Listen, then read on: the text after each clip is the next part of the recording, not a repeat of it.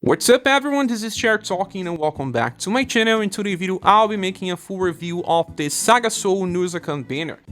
We have Nusakan, Pyrix, Alkarl and Kelvin. These characters are mostly based on agility and intelligence save for Kelvin. They are new characters so you have to train them from scratch. Well, let's start talking about Nusakan since he gives the name to the banner. Well, Nusakan is a martial artist with the shadow element, but you don't need to craft a special weapon for him because he actually does not need the shadow element in any of his skills. Well, we have a focus on agility and intelligence with STR just a little behind. The arrows and bonus goes also for agility and intelligence because he wants to be a good status inflictor. Well, his endurance and will kinda suffers from him focus on too much stuff, and his love is a little above the normals because he can also self-heal. Then, for passes, we have Chasing Grab. When he lands a normal attack, Power Grab will be activated. Power Grab is a skill that you saw first in Doll. Doll has this when her first release, and Power Grab is a skill that will guarantee to debuff STR and recovers the user's HP by small effect. In this case, it should be around 700 HP heal. The good thing is that it's a guarantee. I don't know why, but Power Grab always had a very bad accuracy when I was using in the game. Maybe because Doll status were also hybrid, she was suffering from that. Dr. Nusakan has much better status, so he won't be missing as much. The only problem is that this only activates on rank 1. And he actually likes to use normal attacks because his skills are a little pricey. So use a normal attack, activates Power Grab, you'll be healing and debuffing the STR of the enemy. STR debuffs are the most common ones. It's not hard to find, so this reduces the utility a little. It will also be much better if he chases with Power Grab with all of his skills. The second passive is called Mystic Power Tree. On the start of a turn, and every turn he has a 25% chance to buff all of his status by 20% and also recovers BP by 3. This is seen in many mystic characters from SaGa Frontier 1, and the first time we saw was with new Lord of the Chateau Acelus. She's a counter unit and debuffs as well, so she uses many of the different status, offensively and defensively. This is the same case with Nusakan, he's gonna benefit from that as well. Well, and the last passive is called Ability Spread 3, Agility and Intelligence. When he lands an attack, there is 25% chance to buff all surviving allies agility and intelligence by 20% value.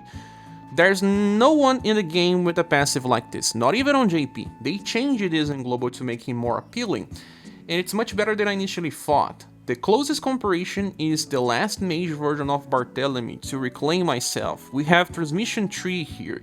This one has a 25% chance to buff agility and intelligence by 20%, but on the start of a turn, you can only trigger this once, and it was used on the start of some evasion strategies when we didn't have 5 agility buffers, and some people without 5 can still use Barthélemy to this day. Another character is Boston, that can do something similar. Boston New Year style has this SaGa Soul, but in his case he buffs STR and agility, right? But Nusakan is different. He triggers that when he attacks, so he needs to land to trigger, but with Chasing Grab, he actually attacks twice, having 2 chances to trigger this. Well, like I said, Power Grab seems to have low accuracy by default, but his status are pretty good. I think that only on very hard challenges he would not be able to land. And normal attacks at least have big accuracy and will hardly fail. So if you hit both hits, on average, every 2 turns you get at least 1 Ability Spread 3 to trigger. Since it buffs everyone for free, it's actually very nice. We don't have many people that buff intelligence in the game, or even agility, so it is an alternative for those missing out on full buff squads. Okay, so this is his kit. He doesn't have a single damage passive, he's more of a support character than anything else. And that translates into his skills as well, like the first one is called Mystic Weir. For 0 BP but 1 LP, he will heal 1 ally with very low power and also cleanse from poison. It should be enough to heal for around 1.2k or something on max. Then the second skill is called Mystery Tap. For 6 BP, he gets a support skill that does not do damage, but it's fast, and will try to inflict confusion on all targets with medium chance. I have to say that Nusakan is not the best one to inflict confusion because he does not self-buff with stability. Mystic Power may or may not trigger, and when you want to inflict confusion, you usually want to trigger as soon as possible. But if he gets to trigger this on turn 1, and you are using Mystery Tap, it may make a difference in some content, because it's fast, it will go before the enemies. So yeah, a maxed version of Nusakan will help in some scenarios where the enemies don't have any resistance to confusion. If they do, I think you are better off trying to wait to turn 2 or turn 3 and buffing your intelligence and debuffing will from the target and then using this. The good thing is that it's only 6 BP and it's AoE. That means that he can inflict confusion again with easy. There are other skills with 7 BP coast, and we can look on Orluge, for example. Orluge is good because he debuffs Will on start, and he has access to Ultrasonic Wave from his S style. That is 7 BP, but it is only low chance. But he just fixes himself because he buffs intelligence when attacking. That means that Orluge eventually beats the chances of Nusakan easily, or some other inflictors as well. Well, back to Nusakan. The third skill is called Cratch. I don't even know how to spell. This is a single target attack with 10 BP coast that deals blunt and slash with triple S damage in 60 mod. Well, 60 is not that high in the calculation, so the damage is not impressive. Again, he doesn't have a single damage passive. What he wants to do is a single target paralyze. And I don't understand much. He tries to inflict AoE confusion but paralyze a single target. Well, when we want paralyze, most of the time we want for AoE. Unless we are on a very specific Ward Tower challenge where there's only one boss, like when we were facing Death, he gets medium chance as well. If he triggers Mystic Power many times, it's gonna be okay to inflict paralyze. But sadly, paralyze is the easiest type to inflict. Orluge has access to that as well from his S style. He has Shadow Chains. This one is high chance. And when we want to paralyze, it doesn't matter if we're doing damage, to be honest, because we can bring damage with other characters. Orluge, like I said, buffs his intelligence as well, and it's not just about him. We also have Wicked Witch that can also paralyze, but she does by passive, and she offers more because she's debuffing Will when she's doing that. There is also Rock Bouquet with access to Shadow Chains. And even the new version of, let's see here, Rock Bouquet, she has many styles, and she can get Shadow Chains from this limited style. The other one is Rouge, and Rouge has a very good combination because the latest style has Darkness Bolt that buffs his intelligence, debuffs the target's will, and then Shadow Chains comes from his A style. High chance it will be much better to inflict paralyze.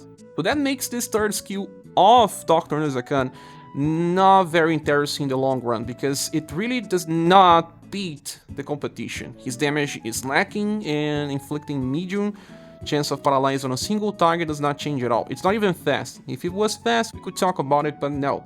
So he just has this confusion attack to make it an interesting setup against the competition. But I guess that now his gameplay is around using Chasing Grab and trying to buff agility and intelligence to the squad. He can even buff it himself, and then on the turn 2 he tries to paralyze or confuse. I don't know. If he buffs 2 times even, it's a very low chance, on average of 12.5%, but it can happen on very hard scenarios. But I don't think this character is beginner friendly, and it's more for those hardcore players that like different setups for hard challenges. That's why I don't know how to recommend Nusakan. I don't think he is game changer. Even with the ability spread, it's better off waiting for a character that can buff a status with a guarantee than rely on RNG like Nusakan does. And that's why Dr. Nusakan is gonna receive a double S grade, but being on the very bottom of the tier just because of being extremely niche. While the next character is Pyrix, we have a focus on STR and agility with bonuses and arrows for both, and intelligence as a secondary status because he can be buffed. Endurance and we were not good. This character is more of a farmer and will not be used in boss fights. So that's why all the other status suffer from that. So for passives, the first one is called Swift Roar. On the start of a round, grants one self-attack boost of 30% damage increase, and also buffs agility by 20%. The good thing by buffing agility is that it will make him attack first. But buffing agility does not increase as much as on other characters because remember, martial arts needs both agility and STR. It's just like it was 10% when compared to other characters that take full benefit of a single status. Then the second pass is called Range Crux 2. All surviving allies, our range and ranged attacks increases by 10%. Well, this is an inferior version than this one here from Global X Barbara. Offensive Union increases all types of damage by 10%. He is restricted to row, column, and full AoE, but single target attacks won't get this 10%.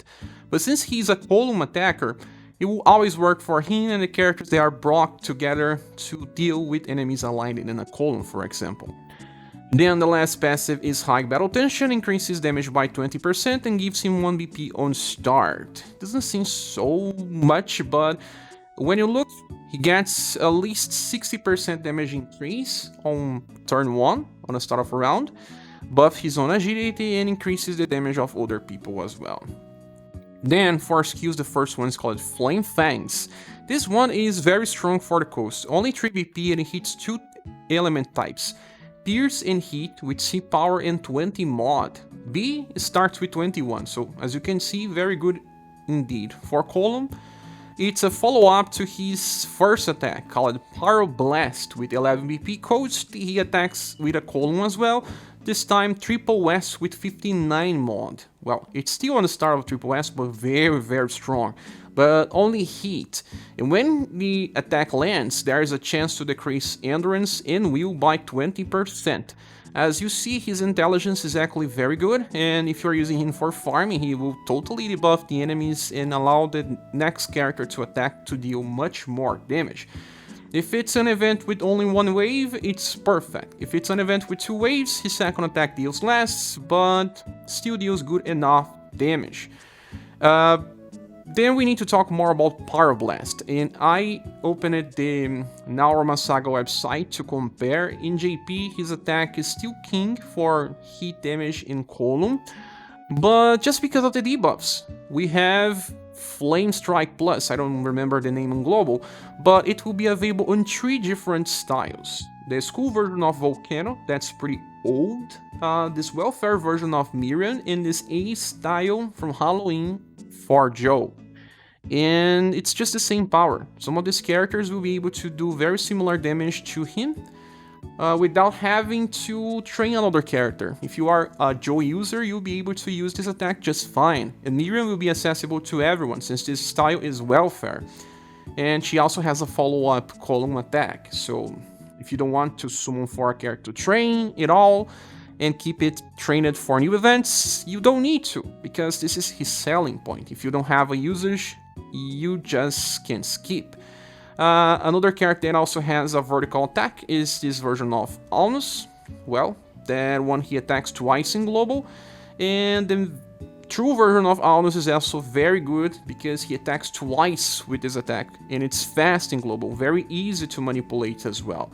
So if you have these characters, you can skip easily Pyrix without guilty.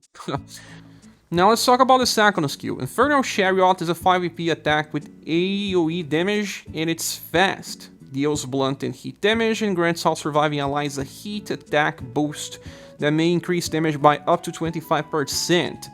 So we have this with Alnus similarly, but Alnus does that on a single target attack, this one here, and increases 25% heat and 25% slash. So depending on the character that you use as a follow-up, like Gustav, Aldora, the damage will be very good.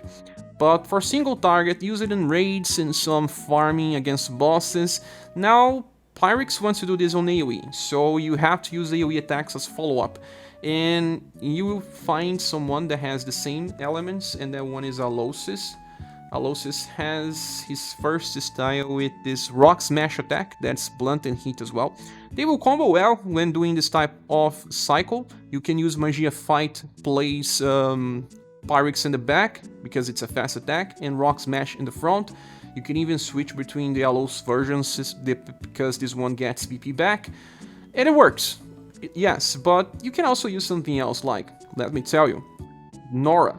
Nora has an attack that's also available on Torpe. Then, well, in her case, this is Slash. And it buffs all surviving allies STR by up to 25%. So it doesn't change too much. We'll get more characters with this type of attack than buffs a single status to increase damage. And it's just used for farming. And it's not very impressive when farming. So another reason why Pyrix does not have anything that stands out for the future. So that's what he gets. You can open the fight with Pyroblast, and with that he will be able to follow up with Flame Fangs, or just increase Pyroblast to 14 and use Inferior Chariot 3 times when farming Story. He's just like that. He will be strong when farming Story or in very specific boss fights that can be finished very fast. Well, in like 3 turns. There are some types of challenges like that. But besides that, Pyrix is very niche and don't offer too much in the long run. Still, because of power and skills and being released right now in the game, he will receive double S grade but will stay in the lower tier. Well, now it's time to talk about Kelvin. Wait, Kelvin, right? So, Kelvin is a spear user that carries the water element and needs a dedicated weapon to work on full potential. He has double arrows for STR, 1 arrow for intelligence, bonuses on bolts, and suffers from status distribution. When you look on him, it looks like he's a welfare, a freestyle, because it makes no sense. Look, when he's using physical attacks, he's gonna suffer from dexterity. If he's using intelligence-based attacks, he could suffer from having low agility, right? Yeah, and his endurance and will are pretty bad. He looks like Kurt, but using a spear. Both are from water element. Okay, so first passive, Sage Stitching. When recovery actions are made, he will recover his own HP by around 1000 and also all status by 15%. Well, it only triggers when he uses his skill called the Water of Life. Plus, this one recovers HP and also removes all status debuffs from the target. It's an amplify over a heal skill from the past, and it's now 3 VP. It's actually nice. But, well, why do you want more status with this guy? We'll be discussing this later, but okay. He also self-heal, like some other healers that also have this, like Sacha. Then the second one is called Attribute Boost 1. All. On the start of a turn, in every turn, he will buff all of his status by 5%. Well, to try to fix this terrible status anyway, but only 5%. And remember that status buffs has decay and loses 25% value every turn, so it really barely matters. And he also recovers HP by around 150 or so, to keep him alive. Then the third passive is called High Battle Tension, increasing damage by 20%, and on start of the fight he starts with 11. The only damage passive, and starting with 11 allows him to use his nuke attack on the start, and the nuke attack is called Beast Lightning. This is an 11 VP attack with triple S power and 60 mod. This is on the start of the triple S mods, and when the attack hits, there is a chance to debuff the target's will by 30%. Well, his intelligence is not even that great, like some characters have higher than that, and the buffing will is not that hard to find for a single target. Especially when you want to debuff will, you want something that you can keep using, right? Because you may want to debuff, you may want to inflict status ailments, so 11 VP is not something nice. And there are even welfare units that can debuff will with ease, like we have Scorn. Scorn is a very powerful character that can inherit from Strife, Fire Hat. This is a 2 BP attack, and you can keep using to help out to inflict status ailments. So it makes no much sense that the nuke attack is the one that carries a will debuff. And the second attack is called Tsunami Strike. With 6 BP you get a single target attack that deals Pierce with S power and 39 mod. Well, you could see this as a strong attack, but it actually is not. Look, Rick has Heaven on Earth plus 6 VP as well as power and 39. and even has a chance to inflict stun on target. I really don't get why they didn't give any effect to the second skill of Kelvin, because they gave him intelligence, and it was just to have a chance to debuff Will on an attack that does not even make sense when you want to debuff Will. So you have 30% on start. That is his only selling point. If you need a lot of intelligence debuff, this could help, but man, you also have another character that is Assault that can debuff as much, with Thunder Hail that debuffs 15% 2 times, with much higher intelligence. For example, he even buff his intelligence on start. We also just got Maximus that debuffs Will on start by 10% and has Shade Blitz that debuffs by 20, so also totalizing 30, but against all enemies, not just a single one. So I really don't get what they did here. It has no clear focus and utility when you want to use Will debuff, and then after that you are locking into healing or using Tsunami Strike. That really does not help. So Kelvin is a waste. His status distribution is terrible. He won't survive long in hard challenges, and that's why he will be receiving only an A grade, and we don't talk about Kelvin. And the last character is Alkarl. This character has a focus on STR, Endurance, Agility, and Will, without suffering too much from it. There are arrows for STR and Will, and bonuses for both as well. He's a very different type of tank. The passives kinda explain. The first one, Unyielding Tenacity. When he is attacked and gets to 0 HP, he will revive once, with 30% of his max HP. And on that point, he gets a 50% increase in his damage and decreases damage by 50% as well, while he stays on critical. So you want him to die so that he decreases the damage? I don't know if that is exactly that good, but if he's using on the Desert Lands Axe formation, because of his agility, he will usually attack before the enemy. He also gets another boost. That means that he barely takes damage. At least there's that. Then the second passive is called Energy Wall 3. When attacked, damage may be reduced by 100%, 25% of the time. And when being attacked, he will recover his BP by 25% chance, and the recovery is 3 points.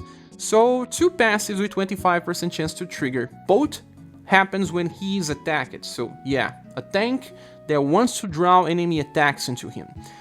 Then the third passive is called High Protect Tension, increasing damage by 20%, and when attacked, damage will be decreased by 30%. So this one will be active all the time. He decreases damage by 30%, and he can take both physical and magical. That is okay. And then after that, when he gets killed, he gets 50% decrease again. So also has a chance to fully negate damage. There are plenty of different RNG mechanics with Alkarl that can or not lead to you survivability increased if you are on a very tough challenge, but that is only if the enemy focuses on single target attacks, then AoE. Well, for our skills, what we have is Shining Kick. For 0 BP, that means it's a free skill. You get a single target attack with 2 elements, Blunt and Stun, Deep Power, and 10 mod. For itself is very good already, but it also gives him a medium taunt stance that lasts for 4 turns and stack with itself, so that he provokes the enemy and increases the aggro so that he gets more attacked. Nice when you are fighting against enemies that use a lot of single target attacks, and he's one of the few tanks that can actually taunt repeatedly. Well, the first one was actually Cotton, but now we have a new version of Cotton that can counter with this attack here called Pretty Hit that recovers very small HP and also taunts. Another character is Virgil that can also draw enemy attacks with his Sunspot. Also medium effect, he can use it all the time with a very good damage as well. So 3 of the different tanks that can taunt all turns. There's yet another one that is Human Male. Human Male do it differently. He uses one attack called Great Adventure, and he taunts 3 times, so increases the chance of being attacked by a lot, and then he has to wait till he can use Great Adventure again. But on turn 1, he has a higher chance of being attacked. And this skill came from Father. He gets that in his SS style, and it's very good. Father gets a future style called Mask, and he will also be a tank with even cover capabilities, so they will have higher chance of being attacked on turn 1. And with the cover, it means that he can even protect some other allies. I'm just talking about all the tanks that can be compared, because you don't want to bring 2 or more tanks most of the time. It will only be 1 that you'll be using. So Alkarl can draw attacks, but besides that, he does not bring any other effect. Like in the case of Father, he can cover. In the case of Virgil, he's a BP battery. In the case of Cotton, he self-heals. So there is that. Now, the second skill is called All Spread. For 6 BP, you get an AoE attack that deals blunt and stun damage with C power in 17 mod. Well, this attack is very similar to Punishing Fist, available in many martial artists, just with the sun element added. And it was made so that you can use Alkarl when farming. It's not strong or anything, but just so that he does not stay in the back without doing anything. And then the last attack is called All Phoenix Plus, and this one is fast and hits for blunt and stun again with double S power 49 mod. It's not that strong, and will only do very good damage when he's on critical. Because it's fast, it helps, because you just got to critical and then revive it, and now on the next turn you want to do damage. So won't be bad. But then it's just a single target attack with nothing just added besides the full damage. My problem with Alkarl is that he won't offer anything besides just a normal standard tankiness. Takes damage, reduces, tries to negate, revives with extra superficial HP, and can do some small damage here and there. Whereas sometimes you only have one space for a tank, the tank needs to offer more. Well, Cotton, that's a welfare style that was given out for free, is more interesting because he buffs his endurance to very high levels after countering many times, recovers his HP, and can counter, and this will help him a lot. Whereas Alkaiser is just there waiting to get hit. Well, that's why he's not so special. He should only receive an S grade in our tier list. Alkarl gets a future style, and this one is more offensive. He gets an attack that hits guard down, another one that hits roll with 2 elements, and Raksha Plus that has a chance to instant kill, but it's a triple S attack nonetheless, with some other gimmicks. So there is more about this than the other guys. Now let's return to the banner image, and is this banner worth summoning for? Well, no. Only for hardcore players that like the characters. Well, Pyrix may add column hit damage, but that does not stay unique. Nusakan is a gimmick character that can work well in very specific scenarios, but can be replaced. Kelvin has no reason to exist, and Alkarl is a character that has less utility than a welfare in many cases. So, sadly, there is that. Maybe it's time to save duels if you want. I don't recommend this banner for new players or even for veterans. And like I said on the preview, this banner will only receive a bronze award, and that's because we don't have anything lower than that. So that is my opinion. What is yours? Please say here in the comment section. Thank you so much for watching this video. Please subscribe if you haven't, and if you want to support the channel, there are links in the description. I hope to see you soon in the next video. Bye.